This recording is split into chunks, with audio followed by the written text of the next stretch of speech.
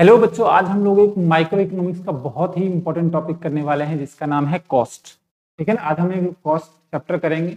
Cost की 3 video बनाऊंगा, जिसमें फर्स्ट जो वीडियो होगा उसमें कंसेप्ट होंगे, एक छोटा सा न्यूमेरिकल होगा। सेकंड वीडियो जो होगा इसमें बहुत सारे न्यूमेरिकल्स करेंगे और थर्ड वीडियो इसके रिलेशंस करेंगे। तो अगर आप कॉस्ट को पूरी कंप्लीट करना चाहते हैं, पूरा चैप्टर कंप्लीट करना चाहते हैं, आप तीनों वीडियो सीरियल वाइज आप देख लें तो आपका कॉस्ट चैप्टर कंप्लीट हो जाएगा। जो भी बच्चे हमसे पहली बार जुड़ रहे हैं तो आप मेरे चैनल को जरूर सब्सक्राइब करें और शेयर करें। ठीक है। अगर आप लोगों को आपको हमारी जो सुपर 50 की लाइव क्लासेस लेनी है तो आप IOC super 50 app play store से डाउनलोड करके आप हमसे लाइव जुड़ सकते हैं। चलिए आज हम लोग स्टार्ट करते हैं। चैप्टर का नाम है कॉस्ट।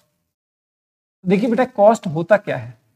तो जब भी हम कोई चीज खरीदने जाते हैं मार्केट में तो हम शॉपकीपर को, दुकानदार को बोलते हैं कि भैया इसकी कॉस्ट कितनी है। देखिए, हम लोग गलत बोलते हैं। किसी भी चीज को बनाने का जो खर्चा आता है ना, वो कॉस्ट होता है, ना कि वो जो बेचता है। जो बेचता है वो तो उसकी मार्केट प्राइस हो जाएगी। तो कॉस्ट जो भी हम अभी तक बोलते आ रहे हैं मार्केट में, जब भी खरीदने जाते हैं भैया कॉस्ट बता दो इसकी, तो ये हम गलत बोलते हैं। कॉस्ट एक्चुअली होता क्या है? कॉस्ट का मतलब होता है किसी चीज को बनाने में कितना खर्चा लगा है वो उसकी कॉस्ट है। उसमें से प्रॉफिट वगैरह टैक्स वैक्स जोड़ के जो बेचता है उसकी मार्केट प्राइस हो जाती है। तो कॉस्ट का मतलब होता है किसी चीज को बनाने में कितना खर्चा लगा है। ठीक है ना। किसी चीज को बनाने में कितना एक्सपेंडिचर लगा है वो कॉस्ट होता है। ठीक है। जैसे मान लो ये मोबाइल को बनाने में खर्चा लगा है 10,000, तो ये 10,000 में तो बेचेगा नहीं। 10,000 क्या है? इसकी कॉस्ट है। ठीक है ना। और इसमें जो मार्केट प्राइस में जो भी इसका प्रॉफिट होगा, जो भी टैक्स वैक्स होगा, सब जोड़ जाड़ के ये फोन आता है आपका 20,000 में, सपोज करते हैं। तो इसकी 20,000 इसकी मार्केट प्राइस है। और अगर कॉस्ट की बात करें तो कॉस्ट इसकी 10,000 आ जाएगी। तो कॉस्ट का डेफिनेशन हम क्या लिखेंगे? देखिए, कॉस्ट होता क्या है। Cost of production refers to, ये रेफर्स है बेटा, refers to the expenditure incurred by a firm on the factor of inputs. जो भी हम प्रोडक्शन के इनपुट पे लगाते हैं, यानी रॉ मटेरियल वगैरह जो भी इनपुट होता है प्रोडक्शन के लिए, वो हमारा क्या है? कॉस्ट है। यानी कॉस्ट का मतलब क्या लिखेंगे हम? डेफिनेशन का लिखना चाहें तो total expenditure incurred on production of the commodity. किसी चीज को बनाने में जितना खर्चा लग रहा है वो हमारा क्या हो जाएगा? कॉस्ट हो जाएगा। ठीक है ना। तो कॉस्ट का डेफिनेशन आप यहां से लिख सकते हैं। क्लियर है? तो कॉस्ट क्या होगा? Expenditure income on production of the commodity क्या होगा? वो हमारा कॉस्ट हो जाएगा। देखिए, कॉस्ट जो होते हैं ना, वो हमेशा मनी के टर्म में मेजर होते हैं। लेकिन कुछ कॉस्ट ऐसे होते हैं जिसको हम मनी के टर्म में मेजर नहीं कर सकते। जिसको मनी के टर्म में मेजर नहीं कर सकते वो रियल कॉस्ट होता है।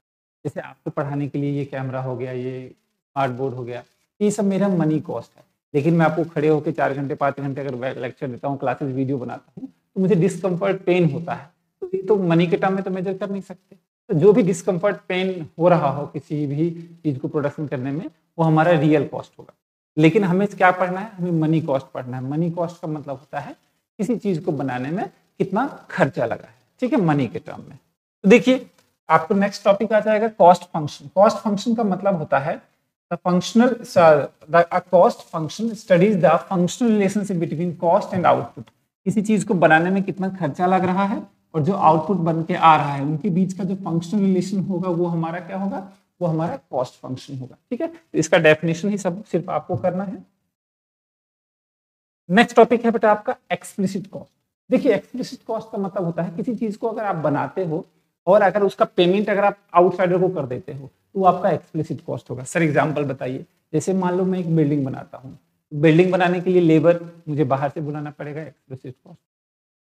रॉ मटेरियल मुझे बाहर से मंगाना पड़ेगा, तो एक्सप्लिसिट कॉस्ट होगा। और उसी बिल्डिंग में लेबर की जगह मैं ही काम कर रहा हूँ मान लो, तो मैं किसी को पे नहीं कर रहा हूँ, उसे बोलेंगे इम्प्लिसिट कॉस्ट। वो जो आपका होगा वो इम्प्लिसिट कॉस्ट होगा। यानी किसी चीज को बनाने में, किसी भी गुड के प्रोडक्शन में जो इनपुट अगर हमारे बाहर वाले हैं, या बाहर वाले को इनपुट हम पे कर देते हैं, या इनपुट आप बाहर से मंगाते हैं उसका पेमेंट कर देते हैं, तो वो हमारा होगा एक्सप्लिसिट कॉस्ट। और कोई भी पेमेंट जो हमें बाहर वाले को नहीं करना पड़ता है, वो हमारे खुद के होते हैं इनपुट्स, वो हमारे क्या होंगे? इम्प्लिसिट कॉस्ट होंगे। एक एग्जाम्पल बता देते हैं। मान लीजिए मैं कोई बिजनेस करना चाहता हूँ। बिजनेस के लिए मुझे फंड चाहिए, पैसा चाहिए। अगर मैं बैंक से लोन लेके बिजनेस करता हूँ तो मुझे इंटरेस्ट भी देना पड़ेगा। तो ये मेरा क्या होगा? ये मेरा एक्सप्लिसिट कॉस्ट हो जाएगा। लेकिन उसी बिजनेस को करने के लिए अगर मान लीजिए पैसा चाहिए और वो मेरे पास पैसा है, मुझे किसी से पैसे लेने की जरूरत नहीं है, मैं खुद उस पैसे से बिजनेस कर रहा हूँ, ना मुझे ब्याज देना पड़ेगा, ना मेरे ऊपर बर्डन रहेगा, तो वो मेरा इम्प्लिसिट कॉस्ट है। समझ आ गया? तो एक्सप्लिसिट कॉस्ट क्या लिखेंगे? Actual payment made by a firm for producing और हायरिंग रिसोर्सेज और फैक्टर ओनर और other firms are called explicit cost. किसी चीज को बनाने के लिए आप रिसोर्सेज हायर करते हो या परचेज करते हो बाहर से, वो हमारा क्या होगा, एक्सप्लिसिट कॉस्ट हो जाएगा। जैसे इंश्योरेंस प्रीमियम बाहर देते हैं, fuel, advertisement, making of the depreciation हो गया ऑफ मशीनरी, ये सब क्या है, हमारा एक्सप्लिसिट कॉस्ट है। रॉ मटेरियल खरीद रहे हो आप, ठीक है ना, वेजेस हो गया, वेजेस हमारा क्या है, एक्सप्लिसिट कॉस्ट है। तो एक्सप्लिसिट कॉस्ट क्या हो जाएगा, इसका payment made to outsider on purchasing और हायरिंग फैक्टर ऑफ प्रोडक्शन। ठीक है, तो फैक्टर ऑफ प्रोडक्शन को, किसी चीज को बनाने के लिए हमारे रिसोर्सेज अगर बाहर से खरीद लेते हैं तो वो हमारा एक्सप्लिसिट कॉस्ट होगा, और खुद के रिसोर्सेज होते हैं तो वो हमारा इम्प्लिसिट कॉस्ट हो जाएगा। इसका डेफिनेशन भी देख लीजिए, इम्प्लिसिट कॉस्ट, इसका डेफिनेशन क्या हो जाएगा, implicit cost refers to the imputed cost of production, factor of production on by the producer himself. Sir ये इम्प्यूटेड क्या होता है, इम्प्यूटेड का मतलब होता है खुद का, इम्प्यूटेड जैसे मतलब खुद का, मेरा स्वयं का या खुद का बोल दो, ठीक है ना, तो वो हमारा क्या होगा, इम्प्यूटेड, इम्प्लिसिट कॉस्ट हो जाएगा। जैसे मान लो मैं आप अपने बच्चे को खुद पढ़ाता हूँ, मुझे किसी को सैलरी देने की जरूरत नहीं है, टीचर को पेमेंट करने की जरूरत नहीं है, तो इम्प्लिसिट कॉस्ट हो जाएगा। तो प्रोपराइटर्स सैलरी हो गया, मेरे खुद का घर है जिसमें मैं अपना इंस्टीट्यूट चलाता हूँ, तो वो मेरा क्या होगा, इम्प्यूटेड रेंट, खुद के घर का रेंट जो हो गया, किसी को बाहर वाले को पे नहीं करना पड़ रहा है, वो हमारा क्या हो जाएगा, इम्प्लिसिट कॉस्ट। ओनर्स कैपिटल, मान लो मेरा खुद का पैसा है जिससे मैं बिजनेस करता हूँ, वो हमारा क्या हो जाएगा, इम्प्लिसिट कॉस्ट। ठीक है ना, तो हमने क्या पढ़ा, explicit cost, implicit cost. Explicit cost वो कॉस्ट होगा जो किसी चीज को बनाने के लिए हमें बाहर वाले को पे कर देते हैं, और इम्प्लिसिट कॉस्ट क्या होगा, जिसका पेमेंट हमें बाहर वाले को नहीं करना पड़ता है, वो हमारा इम्प्लिसिट कॉस्ट। आगे बढ़ते हैं, नेक्स्ट टॉपिक आता है। देखिए हमें खर्चे किसी भी फर्म के दो होते हैं, एक होता है शॉर्ट टर्म, एक होता है लॉन्ग टर्म। तो लॉन्ग टर्म खर्चे कौन से होंगे, जैसे मशीनरी खरीद रहे हो, लैंड खरीद लिया आपने, फर्नीचर, ये सब long term cost. Short term cost जो है रिपीटेड नेचर के, तो आपके सिलेबस में जो है वो अब है शॉर्ट टर्म कॉस्ट। तो हम जितने भी कॉस्ट पढ़ेंगे वो सब हम शॉर्ट टर्म कॉस्ट पढ़ेंगे, ठीक है ना। चलिए एक एग्जांपल ले लेते हैं, उसके हिसाब से हम इस कॉस्ट को समझने की कोशिश करते हैं। जैसे मान लीजिए आपने क्या किया, एक बिजनेस स्टार्ट किया, ये है, बचपन से हम तो ऐसे ही घर बनाते हैं। मान लीजिए ये हमारी फैक्ट्री, ठीक है।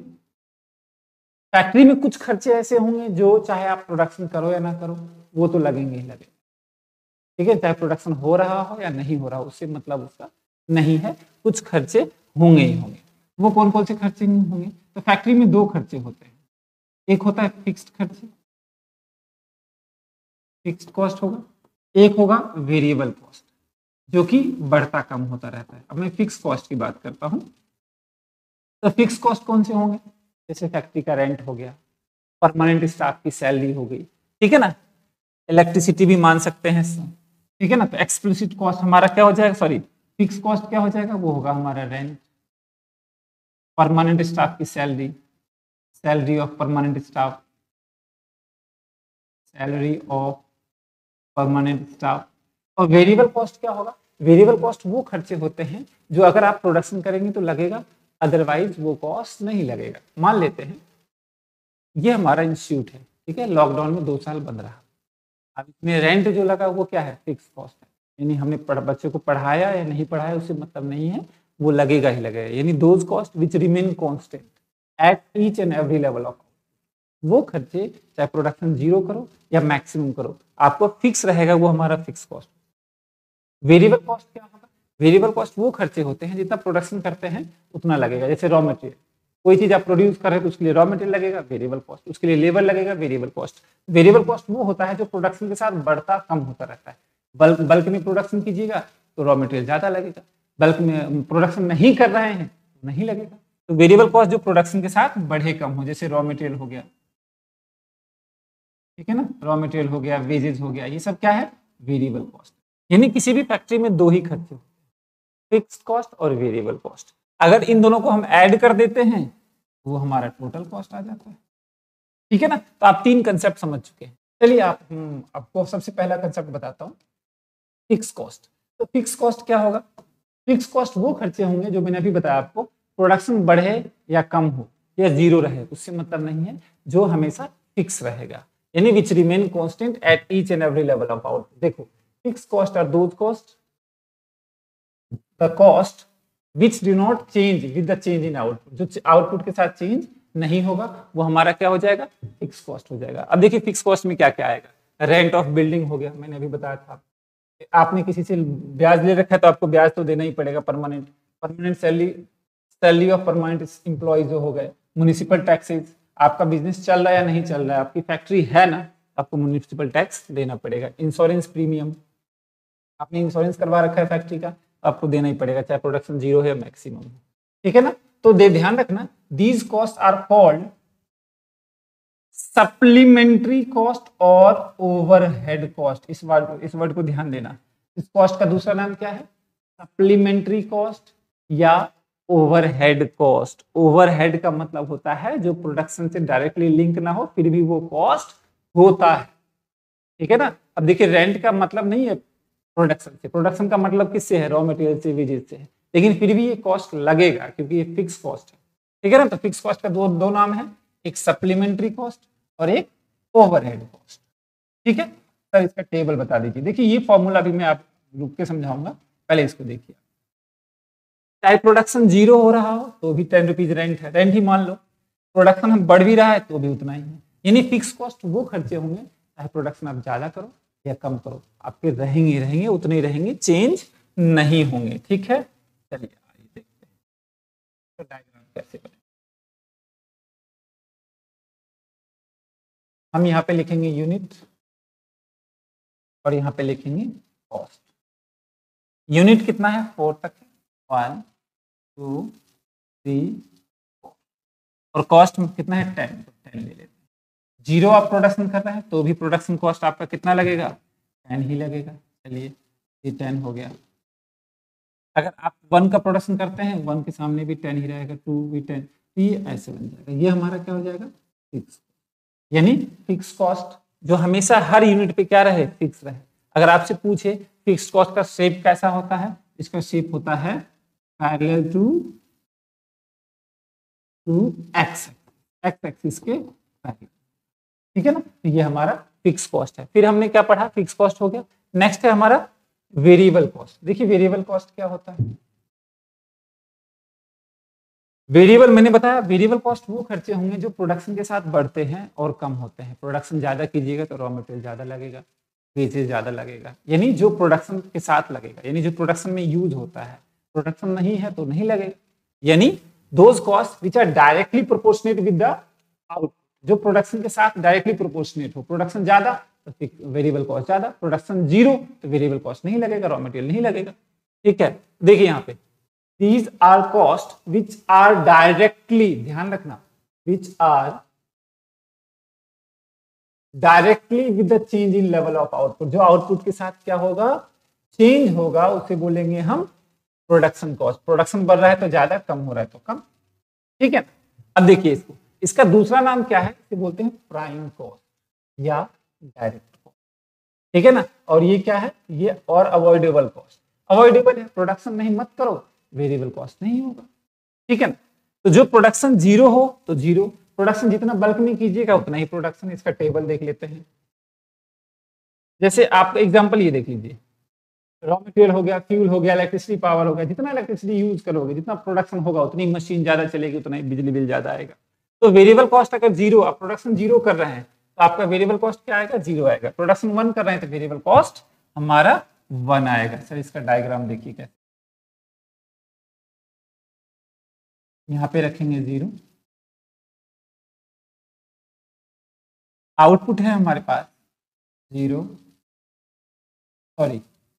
0 1 2 3 एंड 4, और हमारे पास कॉस्ट में लिख रहा हूं यहाँ पे, ये हमारे पास मैक्सिमम कितना है?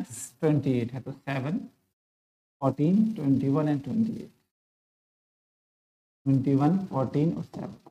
देखें प्रोडक्शन जीरो कर रहे हैं तो हमारा कॉस्ट भी जीरो लगेगा, प्रोडक्शन अगर हम बढ़ा रहे हैं 1 पे है तो हमारा वेरिएबल कॉस्ट 10 हो जाएगा, 2 है तो 18 हो जाएगा, 2 पे 18, यहाँ पे कुछ 3 पे हमारा 24 है तो 3 पे 24 पे, तो ये कुछ इस तरह से बनेगा। ये हमारा क्या हो जाएगा, टोटल वेरिएबल, ठीक है ना। और एक चीज मैं आपको बताना चाहता हूँ, आपने देखा होगा कि अगर आप एक यूनिट को बनाने में 10 रुपीज लग रहा है तो 2 पे 20 लगना चाहिए, ऐसा नहीं होता। जब हम बल्क में प्रोडक्शन करते हैं ना, तो जो वेरिएबल कॉस्ट है वो कम होगा, ठीक है ना, क्योंकि कुछ खर्चे जो है चेंज नहीं होते। मान लो अगर कोई बंदा घर में रहता है, उसके जो रहने खाने पीने का खर्चा है वो अगर 5000 आ रहा है तो 2 का 10,000 नहीं आएगा, थोड़ा ही तो रॉ मटेरियल बढ़ेगा, गैस तो थोड़ा लगभग सेम ही लगना है। वेरिएबल कॉस्ट वो होते हैं जो प्रोडक्शन बढ़ता है तो बढ़ते हैं, लेकिन कुछ हिसाब से नहीं बढ़ते। अगर 10 बढ़ा तो दूसरे में थोड़ा सा गैप कम होगा, ये ध्यान रखना है आपको। चलिए, तो वेरिएबल कॉस्ट हो गया, यानी हमें 2 कॉस्ट पढ़े, एक फिक्स कॉस्ट पढ़ा और एक वेरिएबल कॉस्ट। फैक्ट्री में, किसी भी कंपनी में, किसी भी बिजनेस में 2 ही खर्चे होते, फिक्स्ड कॉस्ट और इन दोनों को ऐड करके कंपनी क्या करती है, अपने टोटल कॉस्ट को निकालती है। तो नेक्स्ट अगर आपका टॉपिक पूछा जाए, नेक्स्ट टॉपिक जो है आपका वो है आपका टोटल कॉस्ट, ठीक है। तो अगर आपसे पूछे टोटल कॉस्ट क्या होता है तो बताओगे it is the sum of fix cost and variable cost. या किसी चीज को बनाने में, किसी भी कंपनी को या फैक्ट्री को चलाने में टोटल खर्चा क्या, तो टोटल खर्चे में फिक्स कॉस्ट भी होंगे और वेरिएबल कॉस्ट भी होगा। आइए देखते हैं। Total cost of the firm is the expenditure incurred by a firm for producing of given amount of, it is the cost of production of all units of the commodity produced by a firm। या TC is the sum of TFC and TBC। मैंने बताया ना आपको, TC का formula क्या हो जाएगा, TFC और TBC का, ठीक है ना। क्या हो जाएगा, TC होगा फिक्स कॉस्ट और वेरिएबल कॉस्ट को ऐड, ठीक है। अगर आप देखो, अगर TC का फॉर्मूला TFC प्लस TBC होता है तो आपको ये भी यहाँ से भी 2 फॉर्मूले और बन जाएंगे। अगर TFC निकालना हो तो क्या करोगे, TBC को इधर ले आएंगे, तो TFC का फॉर्मूला क्या होगा, TC माइनस TBC। और TBC निकालना हो यहाँ से एक और फॉर्मूला बन जाएगा। आप देखो TBC निकालना है तो आप क्या करोगे, TC में से TFC माइनस कर देंगे, तो यहाँ पे TC माइनस TFC, 2 फॉर्मूले बन गए। ये फॉर्मूला क्या होता है मैं अभी आपको बताऊंगा। अच्छा एक चीज बताओ, हम बचपन से करते हैं, TU का फॉर्मूला क्या होता था, MU का प्लस, TP का फॉर्मूला क्या होता है, MP का प्लस, तो TC का फॉर्मूला क्या होगा, MC का प्लस। सर ये MC क्या होता है, मार्जिनल कॉस्ट का मतलब होता है किसी चीज को बनाने में एडिशनल कॉस्ट जो लग रहा है। यानी मान लीजिए मैं 10 बच्चे को पढ़ाता हूँ, उसमें मेरा कॉस्ट आता है 2000 रुपीज, मैं 12 बच्चे को पढ़ाऊंगा तो ऑब्वियसली बात है कॉस्ट तो बढ़ेगा ही बढ़ेगा। तो मान लेते हैं 400 रुपये और बढ़ गया, तो मेरा टोटल कॉस्ट कितना होगा, 2400, ठीक है ना। तो 400 का जो गैप आया है, टोटल कॉस्ट मेरा 2000 था, अभी 2400 कॉस्ट आ रहा है। तो 400 जो कॉस्ट आ रहा है, वो जो एक्स्ट्रा कॉस्ट आया वो क्यों आया, क्योंकि हमने 2 यूनिट एडिशनल प्रोडक्शन की। तो मार्जिनल कॉस्ट का मतलब होता है एडिशनल प्रोडक्शन करने से टोटल कॉस्ट में जो चेंज आता है, ठीक है, जो हम आगे हम पढ़ेंगे। चलिए, तो TC और TFC का प्लस जो होगा वो क्या होगा, TFC प्लस TBC का प्लस TC होगा। तो मैंने क्या किया, पुराने वाले जो टेबल थे उसी को इसमें ऐड कर दिया, TC का टेबल ले लिया, TFC का टेबल ले लिया, यूनिट ले लिया और इन दोनों को ऐड कर दिया। देखो 10 प्लस 0, इन दोनों को TC क्या होता है, TFC प्लस TBC होता है, तो इन दोनों को ऐड कर दिया, ठीक है। ये हमारा TC है। अब डायग्राम देखिए इसका कैसे, यूनिट 5 तक है तो 0 1 2 3 4 एंड 5। अब आप जब कॉस्ट यहाँ पे लिखेंगे तो कॉस्ट में देख लेना मैक्सिमम कितना है, मैक्सिमम हमारे पास 40 है, तो 10 20 30 एंड 30 20 और 10, क्लियर। तो हम सबसे पहले क्या करेंगे, TFC बनाओ। 0 पे कितना है TFC, 0 पे TFC कितना है, 10 है, और 10 पे कितना, सॉरी 1 पे कितना है, 10। फिक्स कॉस्ट तो फिक्स ही रहेगा, ये ऐसे बन जाएगा, ये हमारा TFC हो गया। आप देख लीजिए फिक्स कॉस्ट क्या है हमारा, हर यूनिट पे सेम है, तो ये हमारा TFC, ये 5 तक ही आएगा। आप देख लीजिए TBC जो है 0 पे 0, 0 पे 0, 1 पे 10, 2 पे 18, 2 पे 18, 3 पे कितना है 24, 4 पे 28 और 5 पे 30। ये कुछ इस तरह से बनेगा। ये हमारा हो गया टीबीसी। क्लियर है? अब टीसी का डायग्राम बना के देख लेते हैं। टीसी होगा 0 पे 10, 0 पे 10, फिर 10 पे 20, 10 पे 20, 20 पे सॉरी 10 पे सॉरी 1 पे 20, 2 पे 28, 2 पे 28, 3 पे हमारा टीसी है 34, 3 पे 34, फिर है 4 पे 35, 38 एंड लास्ट में। आप देखना कभी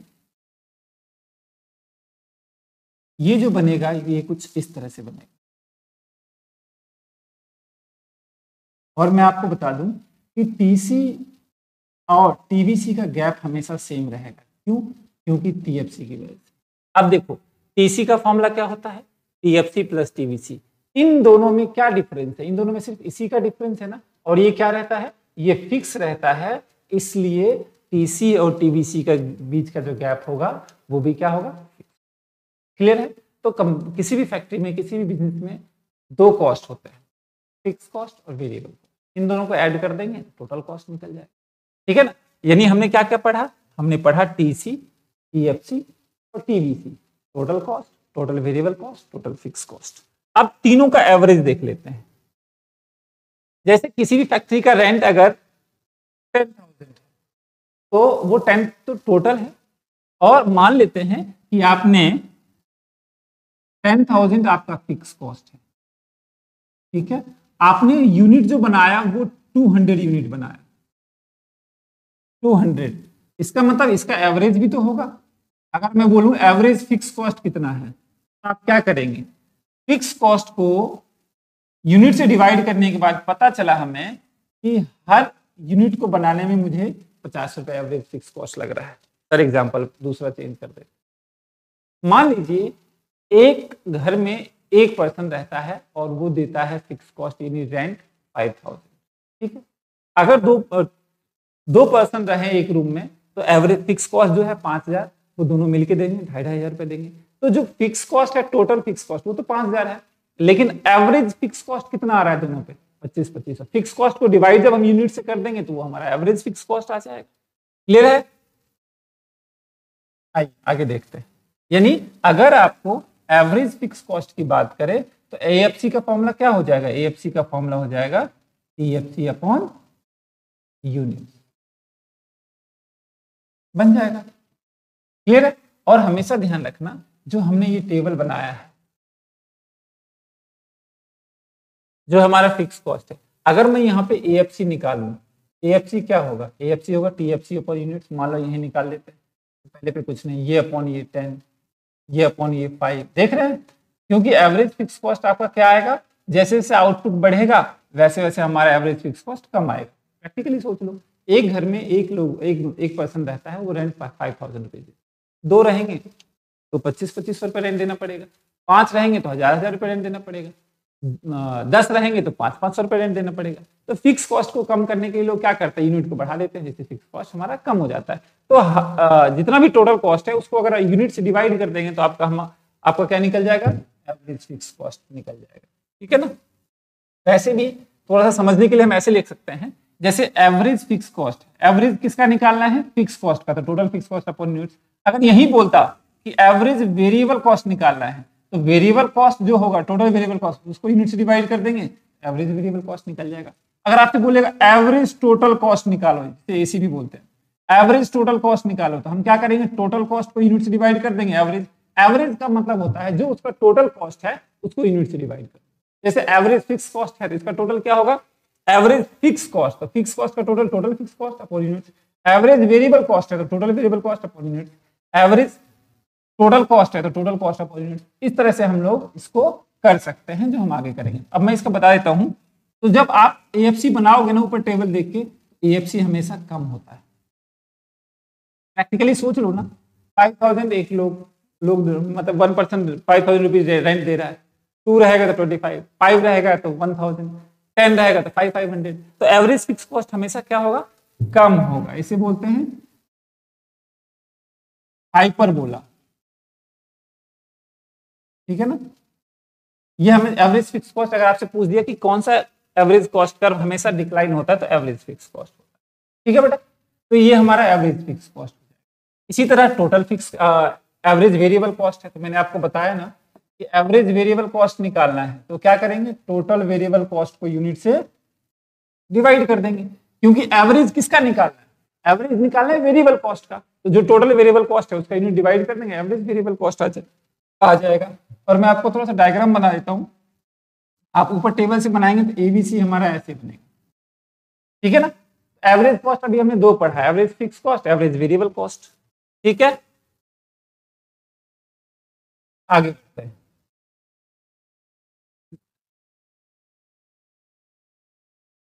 इसमें एक और है आपका एवरेज टोटल कॉस्ट, वो देख लेते हैं।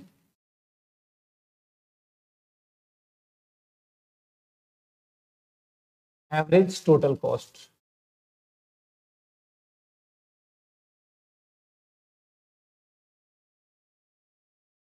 चलिए खुद लिख देते हैं यहाँ पे, यहाँ लिख देता हूँ मैं। देखो एक होता है एवरेज कॉस्ट या average total cost. Average total cost को हम एवरेज कॉस्ट भी बोलते हैं, एवरेज कॉस्ट। ठीक है, एवरेज कॉस्ट क्या होगा, एसी। एसी किसका निकालना है एवरेज, हमें एवरेज हमें टोटल कॉस्ट का निकालना है, तो हम क्या करेंगे, टीसी अपॉन यूनिट्स कर देंगे। यानी अगर हमें इसका डेफिनेशन लिखना है एवरेज टोटल कॉस्ट का तो लिखेंगे पर यूनिट, क्या लिखेंगे, per unit total cost, total cost is called average cost, average cost या एवरेज टोटल कॉस्ट। ठीक है ना, एवरेज कॉस्ट बोल दो या एवरेज टोटल कॉस्ट। ठीक है, याद कीजिए टोटल कॉस्ट का फॉर्मूला क्या होता था, टीएफसी और टीवीसी, याद है। यानी टोटल कॉस्ट हम क्या करते थे, टोटल फिक्स कॉस्ट और टोटल वेरिएबल कॉस्ट को हम ऐड कर देते थे।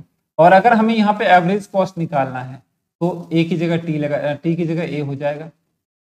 मेरा कहने का मतलब है total cost equal to TFC plus TVC, T की जगह ए लगा दीजिए सामने, एक नया फॉर्मूला हमारा ये भी बने।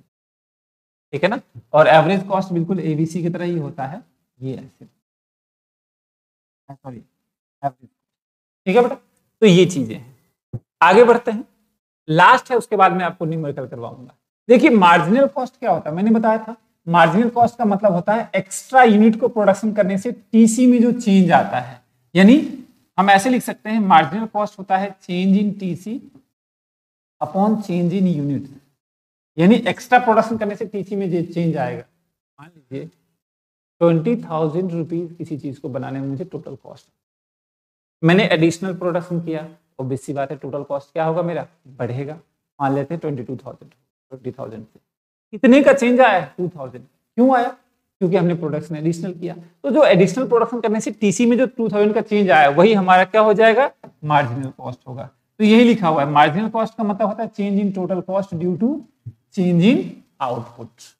आउटपुट को बढ़ाने से टोटल कॉस्ट में जो चेंज आएगा, इसका दूसरा नाम है इंक्रीमेंटल कॉस्ट। मैंने बोला जो कॉस्ट हमारा टोटल कॉस्ट इंक्रीज हो रहा है वही हमारा मार्जिनल कॉस्ट होगा। देखिए मार्जिनल कॉस्ट के दो फॉर्मूले हैं, change in variable cost, total variable cost upon units भी कर सकते हैं और चेंज इन टोटल कॉस्ट भी कर सकते हैं। वो जब हम न्यूमेरिकल करेंगे तो उसमें इंप्लीमेंट कर सकते हैं। और टीसी का फॉर्मूला एमसी का प्लस होता है।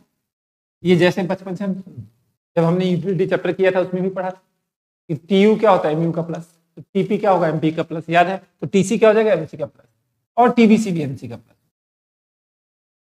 ठीक है, तो ये हमने सारी चीजें कॉस्ट के पार्ट्स पढ़े हैं। क्या क्या पढ़ा, total fix cost, total variable cost, average cost, average fix cost, average variable cost और मार्जिनल कॉस्ट। ठीक है, चलिए अब एक मैं आपको न्यूमेरिकल करवाता हूँ। देखिए जो भी है तो हमने फॉर्मूला पढ़ा है तो ऐसे लिख लें आप, एक बेसिक फॉर्मूला क्या क्या पढ़ा है आपको याद भी हो जाएगा। हमने पढ़ा टोटल कॉस्ट को, टोटल कॉस्ट निकालना है तो टीएफसी प्लस टीवीसी, पढ़ा कि नहीं पढ़ा, बिल्कुल पढ़ा है। अब अगर आपको ये फॉर्मूला याद है, अगर आपको ये फॉर्मूला याद है, यानी टीसी का फॉर्मूला क्या हो जाएगा, टीसी का फॉर्मूला होगा TFC plus TVC.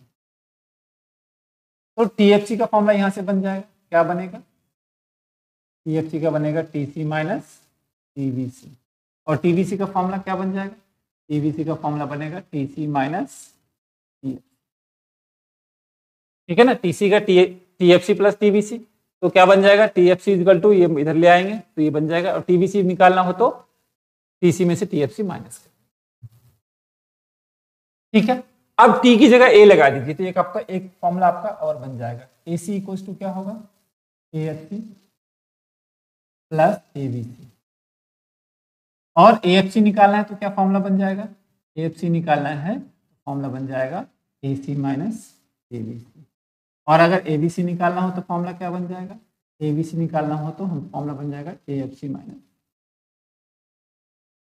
Sorry AC minus AFC, ये फॉर्मूला, कोई दिक्कत। ठीक है, आगे बढ़ते हैं।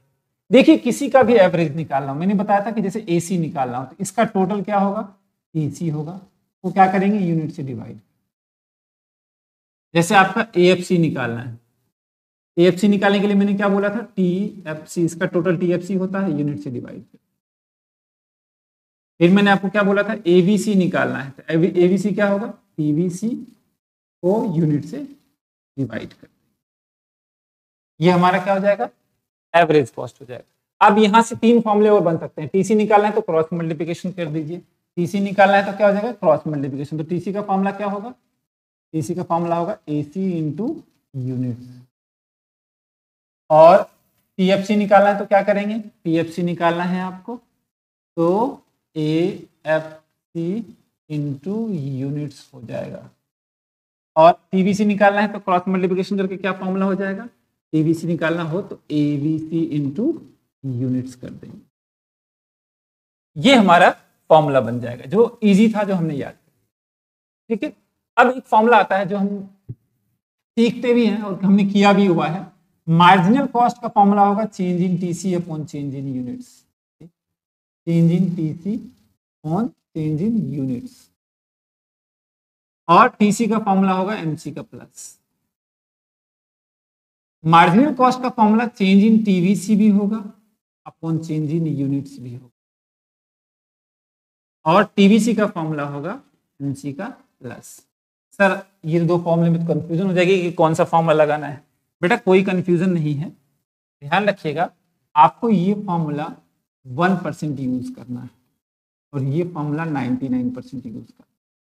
सर ऐसा क्यों, अच्छा एक चीज बताओ, मार्जिनल कॉस्ट जो होता है वो क्या होता है, change in total cost due to production of additional unit, जब हम एडिशनल यूनिट करेंगे तो प्रोडक्शन में चेंज होगा, है ना, कॉस्ट में भी चेंज होगा, तो एडिशनल यूनिट से कॉस्ट में चेंज होने से क्या होता है, टीवीसी होता है ना, total variable cost, variable cost मतलब प्रोडक्शन ज्यादा करेंगे तो वेरिएबल कॉस्ट बढ़ेगा, फिक्स कॉस्ट नहीं बढ़ेगा, और टीसी में क्या होता है, टीसी में फिक्स कॉस्ट भी इंक्लूड है, तो टीसी से हम लोग कम निकालते हैं, कब निकालेंगे, जब टीएफसी नहीं दिया हुआ है, देखिए जब टीएफसी नहीं दिया हुआ है तो टीसी से निकाल लो, क्योंकि जब टीएफसी नहीं दिया होगा तो टीसी और टीवीसी बराबर ही तो है, ठीक है ना। चलिए क्वेश्चंस करते हैं, समझ में आ जाएगा। चलिए इस फॉर्मूले में कुछ मैं नोट लिखवा देता हूं, उस नोट को विशेष ध्यान रखिएगा, और जब भी आप न्यूमेरिकल करें तो इस नोट को बिल्कुल माइंड में रखिएगा, तो आपका हो जाएगा क्वेश्चन। चलिए पहला क्वेश्चन नोट, पहला नोट ये है कि at a unit 0 TC always equals to TFC. Obvious सी बात है, आप कुछ बना रहे नहीं हो तो वेरिएबल कॉस्ट तो होगा नहीं, जब 0 यूनिट पे होगा तो वेरिएबल कॉस्ट होगा नहीं, तो टीसी किसके बराबर होगा, टीएफसी के। Second, at a unit 1 AVC equals to MC equals to TVC, ठीक है ना, ये होते हैं फॉर्मूले। अब इसके बगैर आप क्वेश्चन नहीं कर सकते हो, जब भी आप क्वेश्चंस करें तो इसको माइंड में सेट रखें। अब एक क्वेश्चन करके दिखा देता हूं छोटा सा, और मैंने बोला था कि आपकी 3 वीडियो बनेगी, पहली वाली जो वीडियो होगी उसमें सिर्फ कंसेप्ट होंगे, एक न्यूमेरिकल करवाऊंगा तो एक न्यूमेरिकल करवा देता हूं, नेक्स्ट वीडियो में हम इसके बहुत सारे न्यूमेरिकल्स करेंगे। आपके लिए होमवर्क भी है, जो मैं जो क्वेश्चंस करवा रहा हूं उस क्वेश्चंस के बहुत सारे टाइप्स आपको प्रैक्टिस करनी है। चलिए एक छोटा सा क्वेश्चन मैं ले लेता हूं।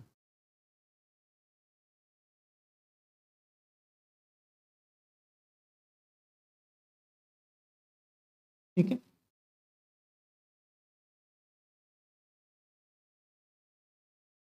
मान लो मैंने यहां पे लिखा यूनिट, वो है 0, 1, 2 और 3। हमारा टोटल कॉस्ट है 60, 72, 90 और 102। ठीक है, ध्यान दीजिएगा, मैंने क्या बोला, अब आपको बोला है टीएफसी निकालने के लिए, टीवीसी निकालने के लिए, एमसी निकालने के लिए, एवीसी निकालने के लिए, एएफसी निकालने के लिए और एसी निकालने के लिए, एसी या एटीसी। ठीक है, चलिए क्वेश्चन देख लेते हैं। मैंने क्या बोला आपको, at a unit 0 TC equals to TFC, क्योंकि जब हम कुछ बना ही नहीं रहे हैं, मान लो इंस्टीट्यूट बंद है, फिर भी टोटल कॉस्ट लग रहा है 20,000 रुपये। मतलब क्या है, ना नोट्स का खर्चा लग रहा है, ना इलेक्ट्रिसिटी, वो जा रहा है रेंट।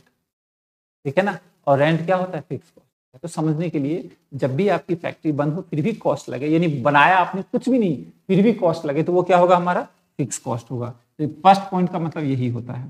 तो 0 यूनिट पे जो टीसी होगा हमारा क्या होगा, टीएफसी। और आपको पता है कि टीएफसी क्या रहेगा, फिक्स।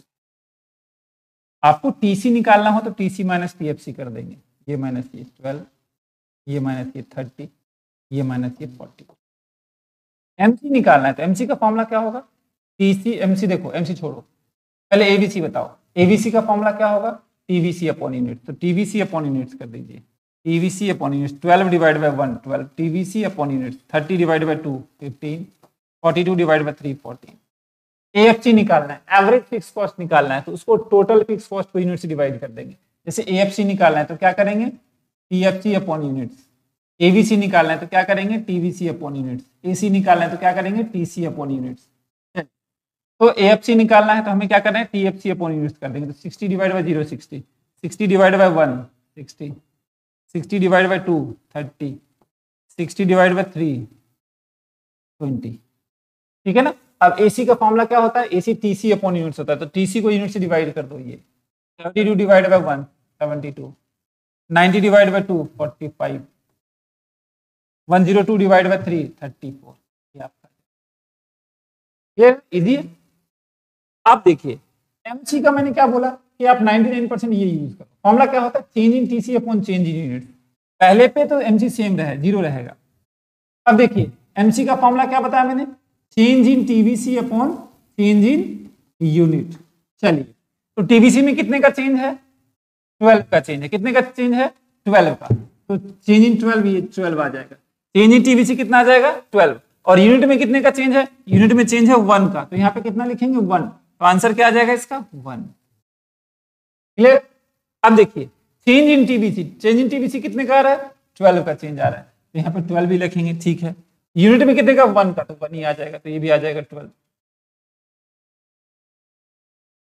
क्लियर है। अब देखिए इसमें कितने का चेंज आ रहा है, चेंज इन टीवीसी 12 का, तो यहाँ पे भी 12 आ जाएगा। यानी एमसी का फॉर्मूला क्या होगा, चेंज इन टीसी लिख दो या change in TVC upon unit. Change in TC upon, sorry बेटा, इसमें जो है ना कितने का चेंज आ रहा है, इसमें आ रहा है 18 का चेंज, तो 18 आएगा। इसमें कितने का चेंज आ रहा है, 12 का, तो 12 आ रहा है ना। 12 और 30 में 18 का चेंज आ रहा है ना। तो देखो change in TVC, change in TVC 18 और divide by change in units 1, तो 18 को 1 से डिवाइड कर तो 18 आ जाएगा। इसमें चेंज कीजिए 42, कितने का चेंज आ रहा है, 12 का, अपॉन यूनिट्स 12 का। ठीक है ना, यानी change in TC upon change in units या change in TVC upon change in units करेंगे तो आपका आंसर आ जाएगा एमसी। इस तरह से क्वेश्चंस करना। क्या करना है, जो भी आपके क्वेश्चन 0 यूनिट पे टीसी दिया हुआ हो, वो क्वेश्चन आपके बुक में दिए हुए हैं, 10-15 दिए हुए हैं, वो सारे क्वेश्चंस आपको कर लेना। ठीक है, तो नेक्स्ट वीडियो में हम टीसी टीएफसी के बहुत सारे क्वेश्चंस, डिफिकल्ट क्वेश्चंस करेंगे, कुछ एवरेज क्वेश्चंस करेंगे सेकंड वीडियो में। थर्ड वीडियो में हम इसका रिलेशंस करेंगे। ठीक है, तो आप इस चैप्टर को, यहाँ तक टॉपिक को रिवाइज करेंगे और क्वेश्चंस करेंगे। ठीक है, जो बच्चे अभी तक हमारे साथ नहीं जुड़े हैं, फिर से मैं बोलना चाहूँगा कि आप चैनल को सब्सक्राइब करें और शेयर करें। अगर आप हमें लाइव क्लास हमारे साथ जुड़ना चाहते हैं तो आप IOC सुपर 50 ऐप है प्ले स्टोर पे, वहाँ से डाउनलोड करके जुड़ सकता है। थैंक यू, मिलते हैं नेक्स्ट वीडियो।